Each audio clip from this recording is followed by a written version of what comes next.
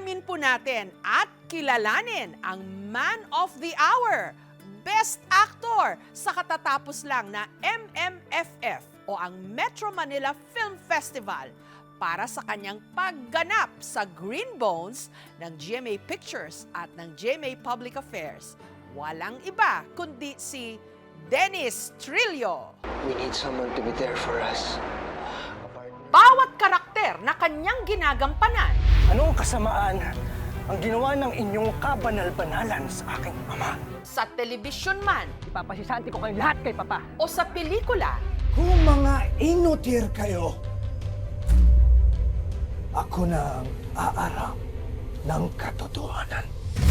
talagang nagmamarka. Ako, si Domingo Zamora. Hindi ako mabuting tao. At sa pinakabago niyang pelikula ng GMA Pictures at GMA Public Affairs na Green Bones, binigyang buhay niya ang karakter ng isang PDL, Person Deprived of Liberty, o sa madaling salita, bilanggo. Ang kanyang pagganap, tagos hanggang buto. Sa isang gawing punong-puno ng pagpupugay, Kaya naman sa katatapos lang na gabi ng parangal ng ika-50 taon ng Metro Manila Film Festival, At ang pinakamahusay na aktor, Dennis Trillo! Rainbow!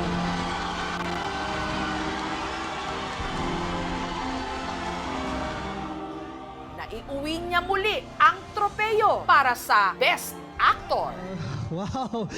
Para akong atakihin sa puso. Thank you! Mabuhay ang pelikulang Pilipino! Siya ang Man of the Hour, ang 50th MMFF Best Actor at Kapuso Drama King, Dennis Trillo. Dennis, thank you. Nitong Biyernes, nakapanayam ko si Dennis sa madalas niyang tambayang restaurant sa Marilake, sa Tanay Rizal. Congratulations. Thank you rin kasi naipanalo mo yung ating pelikula sa Public Affairs Oh, at wow, sa nga GMA po. Pictures. Maraming salamat. Oh, ito ba yon? Pwede mahawakan? Pwede po. Sige Okay. po. Go ahead. Wow, ang bigat. Solid po Oh, talaga solid. siya. Grabe. Pero maganda yung trophy nila.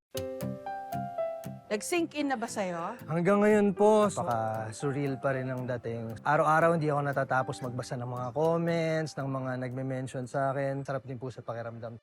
Hindi ito ang unang beses na nag-uwi si Dennis ng acting trophy sa MMFF. Taong 2004, nung nasungkit niya ang Best Supporting Actor Trophy sa war drama film na Aish Temas, 1941, Mahal Kita. Taong 2018 naman, nung naiuwi niya ang kanyang kauna-unahang MMFF Best Actor Award para sa pelikulang One Great Love. With winning comes even greater and more expectations. How are you handling that now? Basta hindi lang po nagpapapressure. Pag binigyan ka ng napakagandang material, kailangan talaga ibigay mo lang yung best mo. Every work, every opportunity, every chance na may bigay sa'yo. Alam ko na hindi ito posible.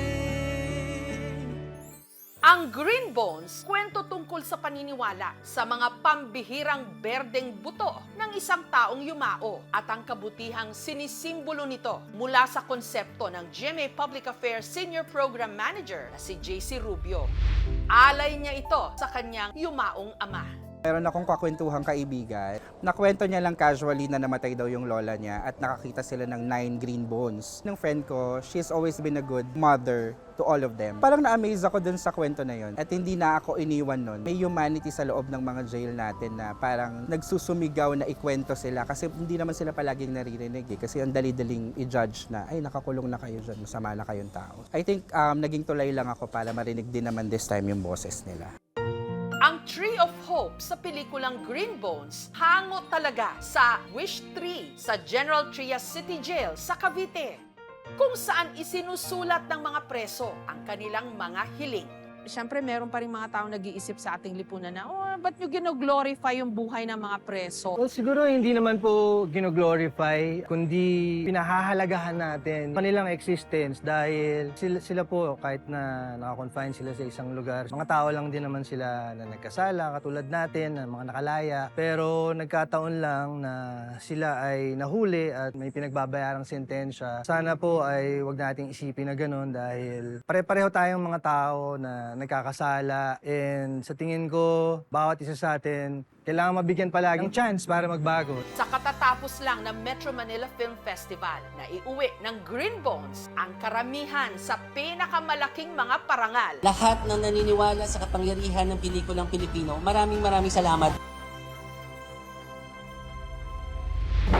The court finds Domingo Zamora guilty. Pero ang pinaka-pinag-usapan sa pelikula, ang natatanging pagganap ni Dennis Trillo bilang si Domingo Zamora. Dito sa Green Bones, sabi nila, makakalimutan mo totally si Dennis Trillo. Ang makikita mo lang yung karakter niya na si Dom. Paano mo ginawa yun? Siguro po yung pagkakasulat kasi nung kwento, yung pagkakadetalye ng karakter niya habang binabasa ko yung script, talagang nakatulong po eh. Nakatulong din po yung pag-aaral ng sign language, saka yung mga pinag-aralan din po yung kung ano talaga yung ginagawa ng mga PDLs. Kaya po siguro naramdaman nila na buong-buo yung karakter. Grabing internalization siguro yun, ha? Galing po yung pag-choreograph sa amin ni Direk Zeke dahil ang dami niyang kinuman dun sa barko na yun. Kung mapapansin niyo po dun sa pelikula, bibihira lang po yung dialogue. Kaya bawat kumpas ng kamay, talagang kailangan pakahulugan, bawat tingin, kailangan may kwento mo sa tinginan pa lang kung ano yung gustong parating ng eksena na yun. May nauuso ngayong challenge. Estilo ng pag-arte. Gamit lang ang mga mata. Eto, magpaturo tayo kay Dennis. Sige, ano una nating emotion? Happy. Happy. So, kailangan makita po dyan, syempre, medyo malaki yung mata. Tapos, sa mata pa lang, makikita mo na nakangiti yung bibig mo. Pag masaya ako, sumisingkit lalo yung mata. Ako din po. Pareho kami ni Dennis may dugong chino. Happy. Malungkot, Dennis. Paano ba? Palan, maghugot ka ng mga lungkot mo sa buhay. Wala ka naman lungkot sa buhay. Paano mo nagagawa yan? Arte lang po. Arte lang po. Ba isipin ko, malungkot. At mga inis ko, kinainisan ko sa buhay. Next! Kinikilig. Paano ba, Dennis? Kanino ka ba kinikilig? Sa asawa ko po. Safe answer. Siyempre. Paano? Anong gagawin ko? Parang medyo nahihiya po, hindi makatingin ng diretsyo. Nung nakita kita nung first time dun sa studio, kinilig ako eh. Tapos nahiya ako.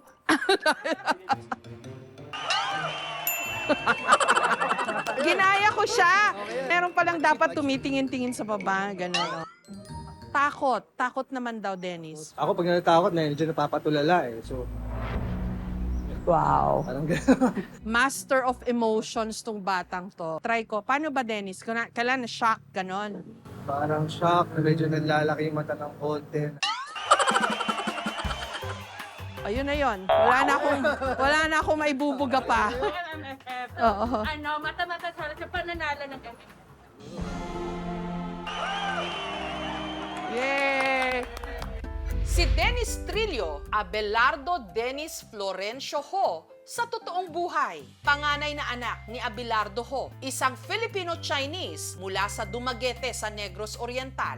At Florita Florencio, isang Pilipina. Nagtapos ng kolehiyo sa kursong Bachelor of Arts in International Study. Nagtrabaho si Dennis sa isang telecom company. Teka lang, sandali. Huwag mo nga purahin kasi alam mo yung mga babae. Matagal mag-base yan eh. Hanggang naisipan daw niyang mag-audition sa isang talent search. Gusto ko sana gumawa ng isang bagay. Isang bagay na magpapasaya sa akin. Hanggang nagtuloy-tuloy na nga ang kanyang showbiz career. Kung kaya't nawa po, ay kapwa tayo kaawaan ng Panginoon. Hindi ko in-expect na dito ako mapapadpad sa industriya na to dahil talagang mahihain po talaga ako sa personal. When did you discover na gusto mo to? yung pag-arte at magaling ka rito? Naramdaman ko po yun nung nanalo po ako nung unang acting award. So sabi ko, parang may future ako dito kung siseryosohin ko. Dennis, comfortable ka ba sa mga bansag sa'yo as drama king? Sa totoo lang po, mas nakaka-pressure po na magkaroon ng mga bansag na ganun eh. Parang hindi ako masyadong komportable dahil pag sinabing drama king, baka drama lang kayang gawin. Mas gusto ko yung wala na lang pong title. Mas maganda. Pag sinabing Dennis Trillo, okay, alam na nila. No titles needed. Tsaka nakaka-pressure po yun eh. Mahirap Tsaka maging tama hari ka, ng something. Nakakalimit. Ikaw ko daw mo na touch mo bawit ka. Machiro Shina. Hindi ka ba nahihirapan? Kasi as an actor, syempre conscious ka lagi sa itsura mo, conscious ka sa projection mo, tapos ilalagay ka sa papel na totally makakalimutan mo yung sarili mo. Kailangan makita nila yung character na binuo ng artista, hindi yung artista yung makikita mo. Kailangan wag kang matakot na magpapangit o dumihan yung itsura mo or gustutin yung mukha mo. Siguro yun yung pinaka-secret. Mas gusto ko po na ganun yung mga eksena ko, yung madudumi, yung deglamorize ng konti dahil mas nahihirapan po ako magpapogi. Para sa akin, effort na mag-ayos. Anong dream role mo, Dennis? Meron po kami kasing gustong gawin na kwento ng isang serial killer. Grabe yung mga papel na gusto mo, ha? Gusto mo yung mga inmate ka, madungis, ngayon naman serial killer. Opo ganun talaga yung hilig ko. Kasi ganun po yung mga hilig ko rin panoorin mga pelikula. Offbeat talaga, no? Kung hindi ako nagtago sa asyenda, kung hindi ko tinanggihan lahat ng alok mo para magkausap tayo, hindi tayo magkakalayo. May Dennis Trillo story ako. Fan na fan mo ako after ko manood nung Mulawin at saka yung My Husband's Lover. Tapos may shoot na plug sa GMA Studio. Di syempre lumapit ako sa Dennis, si Dennis Trillo. Pero paglapit ko sa'yo, sabi ko, ay, mahihain pala siya. Hindi ikaw yung typical na artista na machika. Bakit ganun? Hindi ko lang alam kung paano magsimula ng conversation. Medyo mababa po yung confidence ko sa sarili ko. Simula nun pa. Hindi ko alam kung bakit, pero Talaga? wala akong bilib sa sarili. Parang Eh, galing-galing mo umarte. Gwapo ka naman. Bakit kulang ka sa confidence? Hindi ko po alam. Pag Hindi ko po kinulang alam. ng confidence si Dennis Trillo, paano pa kaya tayo, no? Siguro po Mga hindi iniiwasan ko artist. lang na sumobra yung confidence. Kaya mini-maintain ko lang na mababa lang palagi. Grounded. Hindi alam yun na marami sa'yo. Siguro po hindi lahat. Kasi iniisip na iba kapag artista ka, yung loud ka na tao, na ma-PR, makwento, pero hindi po lahat ganun eh. Aminado si Dennis na mahiyain talaga siya sa totoong buhay. Introvert. Pero sa TikTok, Hello everyone and welcome to my TikTok. tila ibang Dennis Trillo ang nagpapakengkoy. Ang sakit ng ulo ko. Kailangan ko ng forehead kiss. Pero napapanood ka namin nagti-TikTok ng kung ano-ano. Ano yun? Ibang facet ng personality mo, Dennis? Siyempre po sa trabaho natin, napaka-importante na role yung social media. Noon pa po talaga ako kinukulit na gumawa ng TikTok. Pero talagang hindi po yun yung personality ko. Hanggang parang last year, nag-decide ako na sige, susubukan ko. Ang balita ko nga, ito daw ang uso ngayon sa TikTok sa mga kabataan. Marami namang natutuwa. At wala siyang TikTok challenge na inaatrasan. Mapa-actingan, Ang sarado mo kay Cortina dyan, nakikita ko uma-acting eh.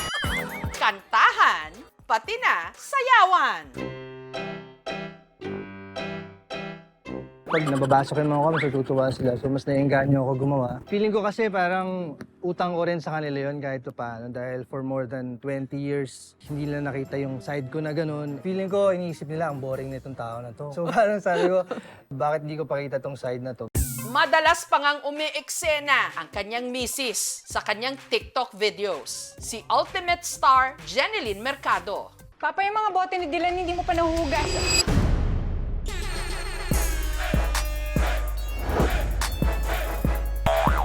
Nagpapasalamat din ako sa TikTok dahil feeling ko, dahil dun sa TikTok, mas naging close kaming dalawa. Minsan, ako pa yung nagyaya sa kanya na, sali ka naman dito. Mas naging matibay yung relasyon namin dahil dun. Pero kamusta ba kayo ni Jeneline? Okay na okay. Talagang siya yung #1 supporter ko. Nandun po ang aking asawa, si Miss Jeneline Mercado. Grabe po yung mga ginagawa niya. Bago ako umalis ng bahay, yung paghanda niya sa mga gamit ko, pagpapunta ako ng taping, talagang wala akong masabi. Talagang saludo ako sa kanya.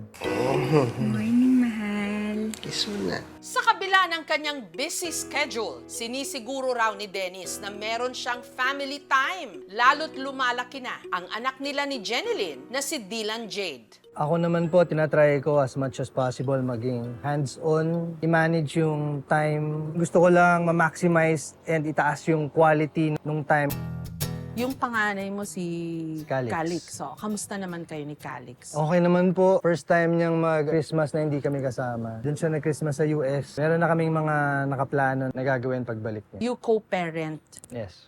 for Calix. And si Jenilyn, meron din siyang panganay na anak, di ba? Yeah, si Jazz naman Si po. Jazz. Lagi kami magkakasama. Basta wala kaming trabaho, talagang gusto namin kasama lang palagi yung pamilya. Hello, everybody! Hello, everyone! Pag wala sa syudad, narito sila sa Tanay, sa Rizal, kung saan meron silang rest house na gawa sa container van. Kamusta yung buhay dito? Ito po, pinipili namin na pumunta dito kapag walang trabaho, lalo na pag mahabang araw na walang trabaho dahil iba rin po yung buhay sa probinsya. Siguro dahil sa hangin na nalalanghap mo. Yo, first time ko sumera sa TikTok. Bilang nagtitiktok ka rin lang daw din. Opo. Turuan mo raw ako. Oh, sige, ganito po yun. Parang yun. 1, 2, bam, tapos. So, nabagalan ko lang po. Tapos, ganun po. Tapos, bam, bam, bam, bam. Ayun!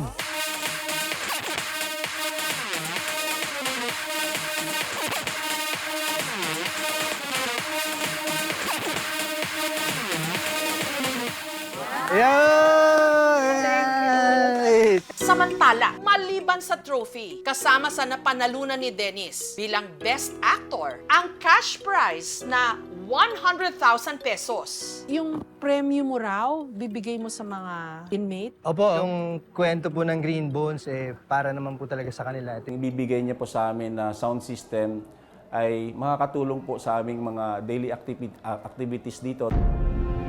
Doon sa Green Bones, mayroong Tree of Hope. Opo. Kung saan isusulat mo kung ano yung pangarap mo sa buhay. Sa totoong buhay, kung ikaw tatanungin, Dennis, at may Tree of Hope talaga, anong isusulat mo at isasabit mo doon? Siguro matapos na ang giyera. Giyera sa ibang bansa, giyera sa mga sarili natin, giyera sa pamilya, giyera sa kahit saan. Pag walang conflict, mas masaya, di ba? Mas peaceful. Malalim talaga tong batang to.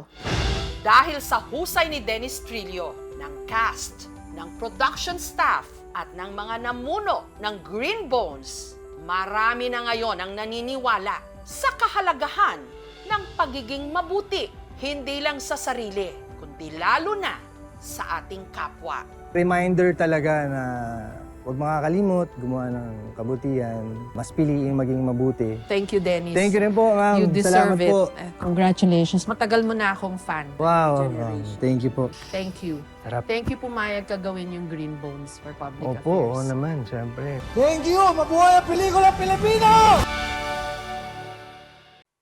Thank you for watching, mga kapuso! Kung nagustuhan niyo po ang videong ito, subscribe na sa GMA Public Affairs YouTube channel. And don't forget to hit the bell button for our latest updates.